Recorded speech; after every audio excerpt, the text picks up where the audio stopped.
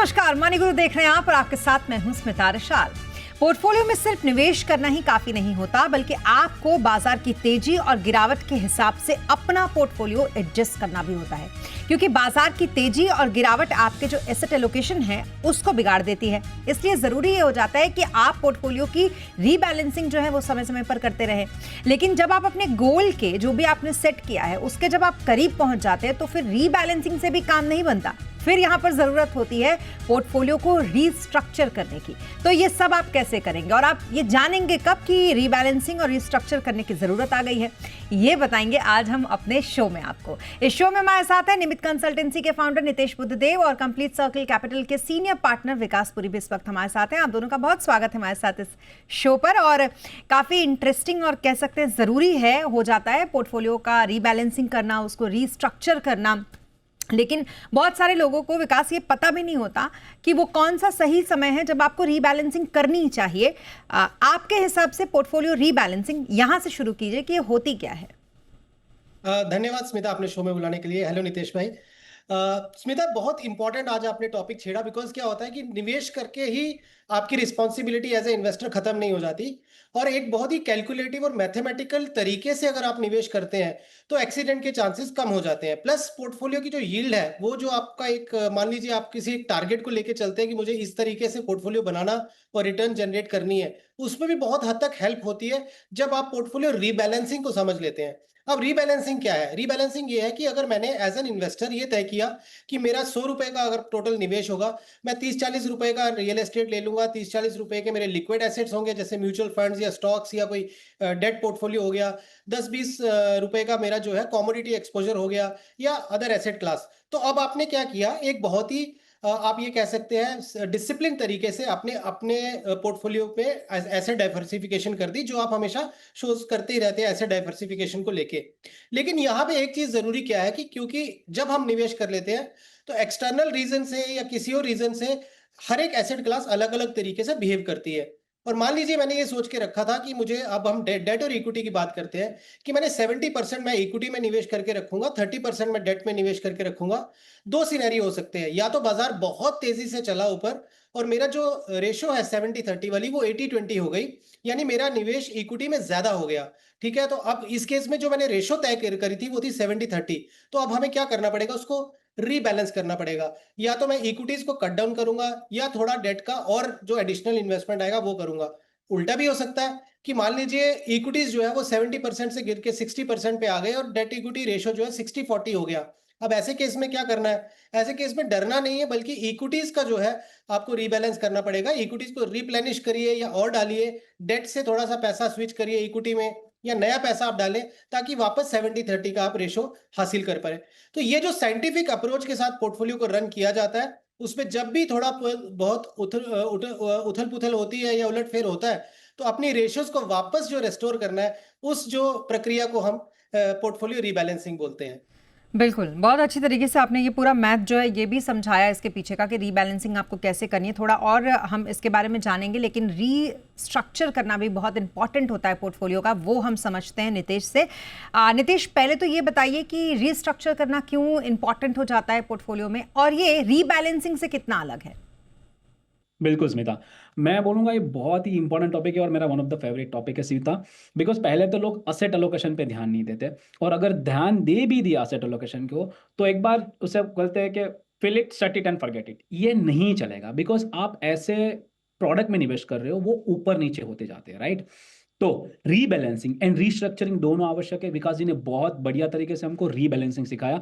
अगर मुझे रीबैलेंस और रीस्ट्रक्चरिंग को एक लाइन में बताना है स्मिता, तो मैं एग्जांपल दूंगा आपको एक कार का। अगर मैं कोई कार चला रहा हूं तो मैं हर 12-15 महीने में, एक साल में उसको सर्विस के लिए देता हूं।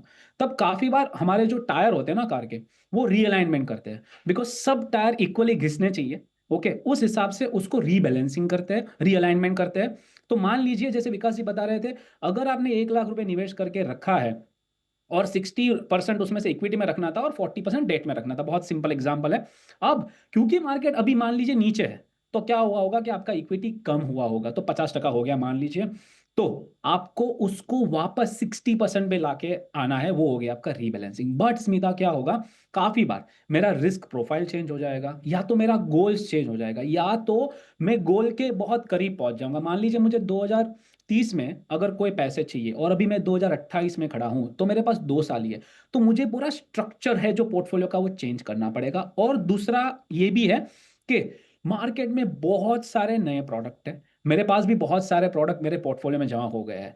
बट जब मैं कोई एडवाइजर के पास जाता हूँ, या तो मैं पूरा पोर्टफोलियो का ऑडिट करता हूँ, तब मुझे समझा कि ये कोई प्रोडक्ट है ना मेरे काम के ही नहीं है, तो मुझे पूरा पोर्टफोलियो को रीस्ट्रक्चर करना पड़ेगा। तो रीबैलेंस हो गया, आप ईयरली जब कार मेंटेनेंस में देते हो, आपकी कार में चेक करते हैं और कुछ ना कुछ चेंजेस करते हैं, कुछ मेंटेन करते हैं।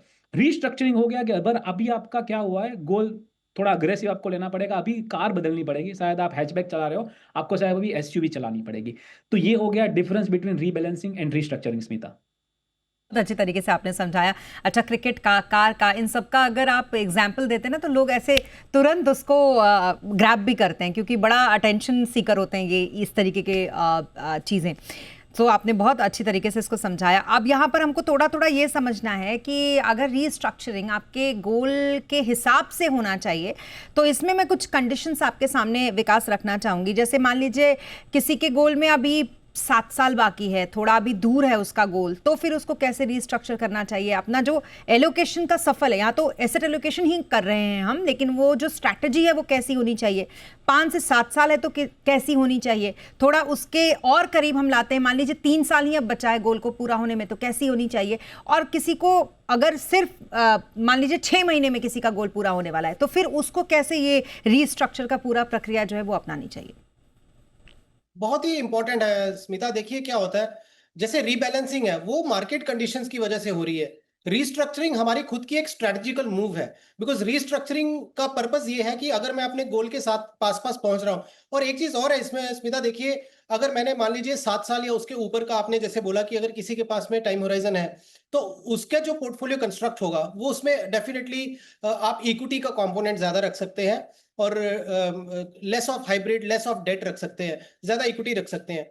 लेकिन जैसे ही आपका जो गोल है वो अब आप 5 साल के अंदर अंदर आने वाला हो गया है, तो आपको रीस्ट्रक्चर करना बहुत जरूरी है। बिकॉज ऐसा नहीं होना चाहिए कि जैसे ही आप अपने गोल के पास पहुंचे, जैसे अभी करंट सिनेरियो में भी देख लीजिए, अगर पिछले 5-7 साल पहले अगर किसी के जो गोल्स अप्रोच कर रहे थे, जो 2026 में होने हो या 2025 के एंड में आने थे, उन्होंने ये फैक्टर इन नहीं किया था कि बाजार इतना खराब हो जाएगा, जियोपॉलिटिकल टेंशन इतनी हो जाएगी।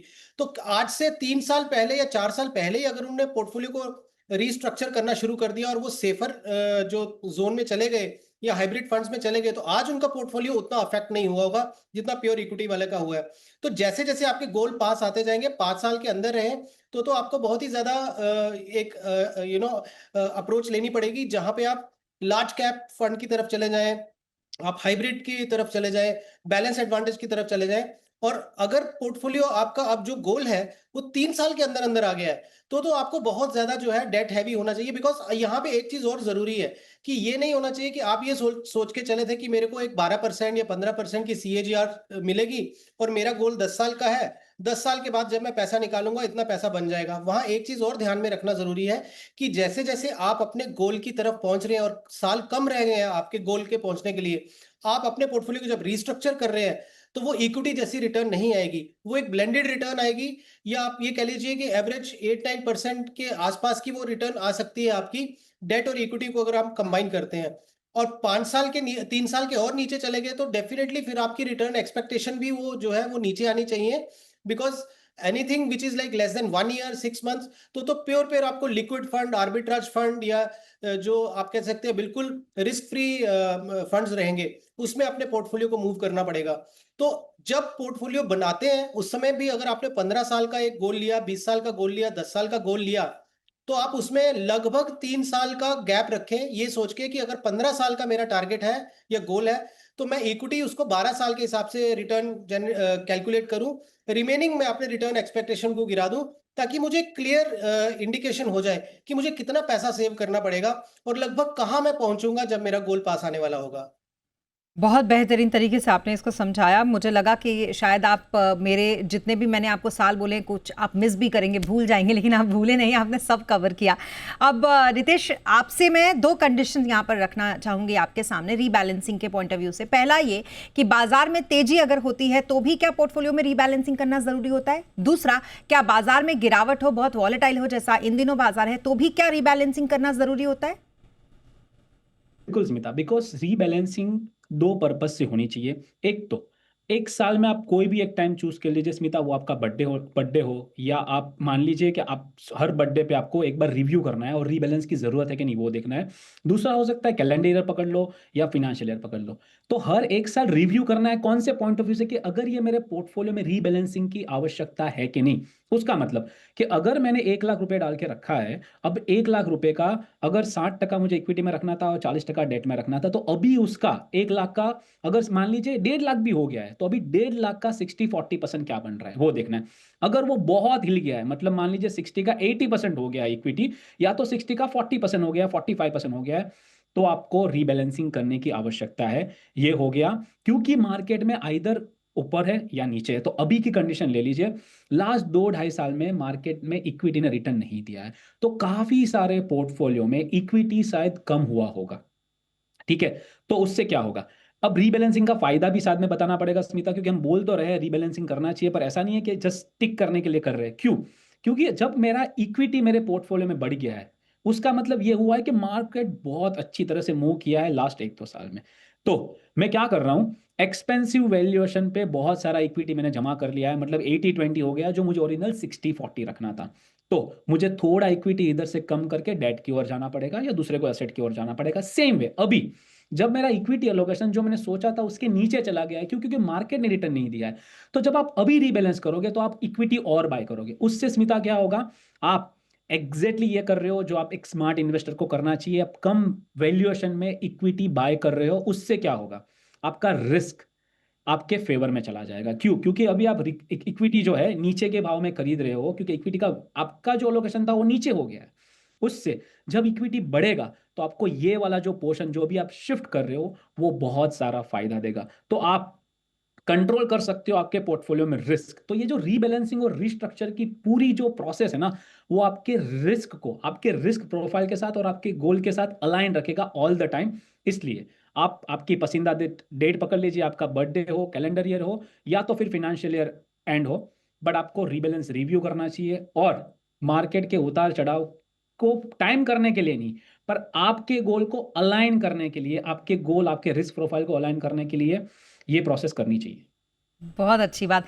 यहाँ से मैंने भी एक चीज़ सीखी अभी आपसे कि रीबैलेंसिंग के लिए आप अपने बर्थडे का दिन भी चुन सकते हैं जो आपको हमेशा याद भी रहेगा कि आपने अपने बिकॉज बर्थडे वो वाले आपके लिए एक बेहतरीन गिफ्ट होगी, आप खुद को गिफ्ट दे रहे हो कि करेक्ट आप रिव्यू करके उसको अलाइन कर रहे हो। करेक्ट करेक्ट, हाँ, इस तरीके से भी इसको जोड़ सकते हैं। तो ये बहुत अच्छी एक बात मैंने खुद सीखी इस शो के दौरान और आप लोगों से, और इसीलिए हमने इस शो का नाम भी रखा कि आपको क्यों पोर्टफोलियो का एक्सरे करना चाहिए। क्योंकि मनी गुरु में हम सिर्फ आपको इन्वेस्टमेंट करना ही नहीं, क्या कहाँ आपको इन्वेस्टमेंट करना है, कहाँ से आपको रिटर्न मिलेगा, यही नहीं सिखाते, बल्कि आपके इन्वेस्टमेंट का जो पैटर्न है वो कैसे बदलते रहना चाहिए, कैसे रिटर्न प्रूफ आपको इन्वेस्टमेंट करना है, इसका हम आपको भरपूर ज्ञान अपने गेस्ट के द्वारा देने की कोशिश करते हैं। और आज भी हम वही कर रहे हैं। रुकेंगे एक छोटे से ब्रेक के लिए, जल्द होंगे हाजिर और आगे फिर जानेंगे रीस्ट्रक्चरिंग और रीबैलेंसिंग के फायदे।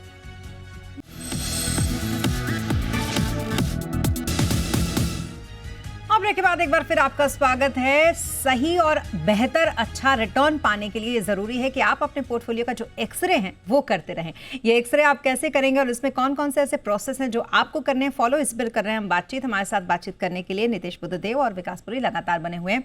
विकास साहब, मुझे एक बात बताइए, रीस्ट्रक्चरिंग की हम थोड़ी देर पहले बात कर रहे थे और उस पर यह भी हम बात कर रहे थे कि कैसे जब आपका जो भी गोल है जो आपने डिसाइड कर रखा है वो जब करीब आता है तो जो स्ट्रैटेजी होती है रीस्ट्रक्चरिंग की वो बदलती चली जाती है। क्या ये इसलिए क्योंकि जब गोल नजदीक आता है तो उसके साथ कुछ जोखिम भी होते हैं? विकास? बिल्कुल स्मिता, देखिए नितेश ने बहुत अच्छी चीज एक जो बार बार बोली और वो वर्ड था रिव्यू। बिकॉज पोर्टफोलियो को रिव्यू करेंगे तो ही आपको समझ में आएगा कि रीबैलेंसिंग की कितनी जरूरत है और रीस्ट्रक्चरिंग की कितनी जरूरत है। और आप ये देखिए कि और जैसे मैंने पहला एग्जांपल भी यही दिया था कि अगर 2026 में किसी का गोल, और बच्चों की पढ़ाई को ही लेके ले लीजिए, मान लीजिए 2026 में किसी को अपने बच्चे को हायर स्टडीज के लिए भेजना था, तो उन्होंने प्लानिंग कब की होगी? 10 साल पहले या 15 साल पहले। बट उनको ये मालूम नहीं होगा कि 2026 में या 25 में बाजार किस तरीके से बिहेव करेगा, और ये भी नहीं मालूम है कि अगर 2027 में कैसे करेगा। अब एक ऐसा सिनेरियो मान लीजिए कि मेरा एक गोल आ रहा है जो 1 साल के बाद आने वाला है, और यूफोरिया है मार्केट में, मार्केट बहुत ज़्यादा रिटर्न दे रही है। तो इन व्यक्ति को क्या है, लालच आएगा कि चलो अभी तो 1 साल पड़ा है, बाज़ार बहुत अच्छा चल रहा है, तो मैं इक्विटीज़ में ही बने रहता हूँ। डिस्पाइट ऑफ द फैक्ट कि जो आपके पोर्टफोलियो में अगर आपने तय की थी कि मेरे को इक्विटी कंपोनेंट जो है वो धीरे-धीरे कम करना है, और पोर्टफोलियो जैसे-जैसे मेरा पास आता जाएगा, गोल मेरा पास आएगा, मुझे अपने पोर्टफोलियो में रिस्कियर एसेट्स को धीरे-धीरे कट डाउन करना है। और वो अगर आपसे छूट गया, और आपका जो गोल है वो 6 महीने के अंदर आ रहा है या 1 साल के अंदर आ रहा है। इमेजिन करिए आज जैसी सिचुएशन होगी, अचानक से 2 देशों के बीच में युद्ध हो गया, या कोई ऐसी सिचुएशन आ गई, कोई कोविड जैसी महामारी आ गई, कुछ आ गई। आप देखें कई बार स्मिता कैसा होता है कि निफ्टी या जो एक ब्रॉडर मार्केट है वो आपको क्लियर इंडिकेटर नहीं दे रहा होता है, बिकॉज़ लगता है कि हाँ, निफ्टी तो ऊपर ही है। लेकिन हम ये चीज़ देखते हैं, और ये जो हमारे जो आपके व्यूअर्स हैं ये भी इनको समझते होंगे इस चीज़ को, कि निफ्टी शायद उतना ना गिरता हो, लेकिन पोर्टफोलियो ज़्यादा गिर जाता है, या स्टॉक पोर्टफोलियो होगा वो ज़्यादा गिर जाएगा। तो ये देखना बहुत ज़रूरी होता है कि आप खाली मैक्रो इंडिकेटर्स देख के अपने पोर्टफोलियो को ना करें। इसीलिए वो जो रिव्यू नितेश बोल रहे थे, वो इसीलिए ज़रूरी होता है कि आपको ये भी रिव्यू करना है कि मार्केट की एक डायरेक्शन और मेरे पोर्टफोलियो का जो बिहेवियर है या रिएक्शन है, वो क्या इनलाइन है या उसमें ज़्यादा वो है। व्हिच मीन्स अगर आपका पोर्टफोलियो ज़्यादा वोलेटाइल है, तो आप ये रिस्क नहीं ले सकते कि 1 साल का समय रह गया, 6 महीने का समय रह गया, या 2 साल का समय रह गया, बाज़ार बहुत अच्छा चल रहा है और मैं लालच में बस वहीं बने रहूँ। और दूसरा भी है स्मिता, कि हमें ये भी नहीं मालूम 2027 में क्या होगा, या 26 का अभी जो आधा हिस्सा रह गया, second half of the year, यहाँ क्या होने वाला है, और गोल मेरा 6 महीने में आने वाला है। ये सोच के कि अभी ये लड़ाई खत्म हो जाएगी, मेरा मार्केट जो है रिकवर होगी और मेरा पैसा जो है और अच्छा यहाँ से बढ़ेगा, उसकी भी गारंटी नहीं है, बिकॉज़ ये लड़ाई कितने तक चलेगी, कितनी देर तक चलेगी, कहना मुश्किल है। और आपका अगर गोल 6 महीने के अंदर ही आ रहा है, तो इस समय ये बहुत ज़रूरी है कि जो आपके हाथ में है, उसको बचाना बहुत ज़रूरी है, उसको सेव करें, उसको आप सेफ हेवन में डाल दीजिए, तो आपके गोल में कोई गैप नहीं क्रिएट होगा बहुत बड़ा। का सुबह आप 6 महीने तो छोड़ दीजिए, सुबह से शाम में क्या होगा ये तक पता नहीं चलता। एब्सोल्युटली, बिल्कुल, तो इस हिसाब से तो अपनी जो तैयारी है वो तो लोगों को रखनी ही चाहिए। और अगर गोल मान लीजिए नितिश बहुत करीब आ रहा हो किसी का भी, तो फिर बेहतर कैटेगरी कौन-कौन सी आप देखते हैं जहां पर उनको अपना इन्वेस्टमेंट शिफ्ट करना शुरू कर देना चाहिए? बिल्कुल स्मिता, जब आपका गोल करीब आ रहा है, मतलब मान लीजिए 3 साल से 6 महीने, सबके लिए एक कैटेगरी आपको बताता हूँ जो हम फॉलो करते हैं। हम पहले तो प्रिंसिपल जो स्मिता फॉलो करते हैं वो SLR, सेफ्टी, लिक्विडिटी एंड धैन रिटर्न। बिकॉज मान लीजिए मैंने फुटबॉल की मैच खेल रहा हूँ स्मिता, मैंने आधा फर्स्ट हाफ है ना उसमें बहुत कोशिश करके गोल लगाया है। अब मेरा है, मैंने ग्रोथ हो लिया है, मतलब गोल लगाया मैंने ग्रोथ कर लिया है मेरे पोर्टफोलियो में। अब मुझे प्रोटेक्शन की ओर जाना है, अभी मुझे मेरा गोल पोस्ट पे रह के डिफेंसिव खेलना है, मुझे रिस्क कम करके मेरे पोर्टफोलियो में जो मैंने ग्रोथ कमाई है ना उसको बचाना है। उसके लिए अगर आपका 3 साल जितना होराइजन है, तो आपके most of the assets hybrid oriented fund में शिफ्ट हो जाने चाहिए। वो कंजर्वेटिव हाइब्रिड हो, बैलेंस एडवांटेज फंड हो। अगर 1-2 साल का पीरियड बचा है, आप अल्ट्रा शॉर्ट टर्म फंड है, शॉर्ट टर्म फंड है, या तो फिर मनी मार्केट लिक्विड फंड है, वैसे डेट फंड में डाल सकते हो। अगर आपका 6 महीने से 1 साल का समय है, तब आप रुक कीजिए आर्बिट्राज फंड या तो लिक्विड फंड का। क्यों? क्योंकि मैंने आपको वापस वही लॉजिक बता रहा हूं, सेफ्टी, लिक्विडिटी एंड रिटर्न। तो इधर रिटर्न को प्रायोरिटी नहीं देनी है, क्योंकि रिटर्न को प्रायोरिटी तब देनी थी जब मेरा गोल 5, 7, 10 साल दूर है। लास्ट 6-8 महीने 1 साल में, क्योंकि वो 6-8 महीने 1 साल 2020 भी हो सकता है, 2008 भी हो सकता है, आपको पता नहीं है। और कोई क्रूशियल गोल है स्मिता, अगर मेरे बच्चे का एजुकेशन है तो मैं उसको बोल नहीं सकता कि अभी आप 1-2 साल रुक जाओ क्योंकि मार्केट खराब है, 2 साल के बाद पढ़ने जाना। अगर वो नहीं होने देना है, तो आपको जितना टाइम आप इन्वेस्टमेंट के लिए सोचते हो, लगाते हो, पूछते हो, उससे ज़्यादा टाइम जब एग्जिट आनी है उसके ऊपर स्पेंड करना पड़ेगा। बिल्कुल, बहुत अच्छे तरीके से आपने समझाया। क्विकली एक और इंटरेस्टिंग चीज़ समझ लेते हैं विकास से। विकास, मुझे एक बात बताइए, निवेश में रिटर्न की उम्मीद कितनी रखें? ये सबसे इंपॉर्टेंट है, ये मैंने लास्ट के लिए बचा के रखा था। देखिए, रिटर्न की उम्मीद आपके जो रिस्क प्रोफाइल होती है उसके बेसिस पे ही प्रोडक्ट मिलता है। जैसे नितेश ने बताया कि अगर बहुत कम समय रह गया है तो आपको जब हम हाई रिस्क प्रोडक्ट सजेस्ट ही नहीं करेंगे तो आप हाई रिटर्न की उम्मीद ना करें। लेकिन अगर हम पोर्टफोलियो में हमारे पास में बहुत लंबा समय है तो हो सकता है इक्विटी फंड का जब हमारा बहुत ज़्यादा एक्सपोजर होगा तो एक इक्विटी फंड अगर आप एक पास्ट ट्रैक रिकॉर्ड देखें या मार्केट का रिटर्न्स देख लें तो 12-13% का एक सीएजीआर से जो बाजार ग्रो करता है एटलीस्ट हम उसकी उम्मीद कर सकते हैं। लेकिन वो उम्मीद जो 12-13% की है वो सिर्फ हमारे इक्विटी जो कंपोनेंट है पोर्टफोलियो के वहां से होगी। लेकिन आपका जो डेट का पोर्टफोलियो है, डेट के पोर्टफोलियो के अगर आपके 6-7% की, क्योंकि डेट में भी आपने जो अगर कैलकुलेशन करनी है वो कैसे करेंगे कि मान लीजिए आज की तारीख में अगर बैंक में एक सेफ प्रोडक्ट सबसे ज्यादा क्या है, फिक्स डिपॉजिट 6-7% के अंदर अंदर जो है आपको बैंक जो है 1 ईयर का आपका रिटर्न देते हैं। अब मेरा जो डेट का पोर्टफोलियो है लगभग उसके आसपास होगा, 0.5% ऊपर नीचे हो सकता है। तो अगर मेरे इक्विटी फंड से मुझे 12-13% की रिटर्न की उम्मीद है, डेट से मुझे अगर 6-7% जो है उसकी उम्मीद है, तो मेरी जो ओवरऑल रिटर्न होगी वो मेरी 12-13 नहीं होगी, वो मेरी 10 हो सकती है, 11 हो सकती है, 9 हो सकती है, based on my asset allocation. तो रिटर्न एक्सपेक्टेशन ये बहुत की पॉइंट है स्मिता, कि आप कई बार होता है कि हम ये सोचते हैं हाँ मार्केट 12-13% दे देगी, मेरा पोर्टफोलियो भी 12-13% दे देगा, लेकिन आपका अगर one portion of your portfolio debt में है तो वो 12-13 नहीं देगा। या आपका कमोडिटीज में है तो हो सकता है गोल्ड एक साल बहुत अच्छी दे दे, फिर अगले 2 साल ना दे कुछ। तो रिटर्न एक्सपेक्टेशन आपको ये जरूर देखना चाहिए कि पिछले जो 10-20 साल में किसी भी एसेट क्लास की क्या रिटर्न रही है एक्सपेक्टेशन के पॉइंट ऑफ व्यू से, क्योंकि पास्ट ट्रैक रिकॉर्ड जो होता है वो फ्यूचर की गारंटी नहीं है। बट फॉर कैलकुलेशन पर्पस आप अपने पोर्टफोलियो के यील्ड को जो है, जो भी एसेट क्लास में आप लगा रहे हैं उसमें लॉन्ग टर्म में जो रिटर्न आई है आप उसके आसपास की एवरेज निकालें, वो परसेंटेज के हिसाब से जितना परसेंटेज आपका उस पर्टिकुलर एसेट क्लास में इन्वेस्टेड है। बात है ना, लोगों को ऐसे लगता है कि जब सोचना ही है तो ज़्यादा क्यों ना सोच ले, लेकिन हाँ, सोचने पर भी एक संयम होना चाहिए। और इसी के साथ थैंक यू सो मच, इतने अच्छे तरीके से आप लोगों ने जो पूरी पोर्टफोलियो की रीबैलेंसिंग और रिकंस्ट्रक्शन का जो पूरा आप लोगों ने गणित समझाया है, आज मुझे लगता है बहुत लोगों के ये काम आने वाला है। Thank you so much Nitesh हमारे साथ इस शो पर जुड़ने के लिए, थैंक यू सो मच विकास हमारे साथ इस शो पर जुड़ने के लिए। Thank you. और इसी के साथ इस बुलेटिन में फिलहाल इतना ही। आप बने रहें जी बिजनेस के साथ। नमस्कार।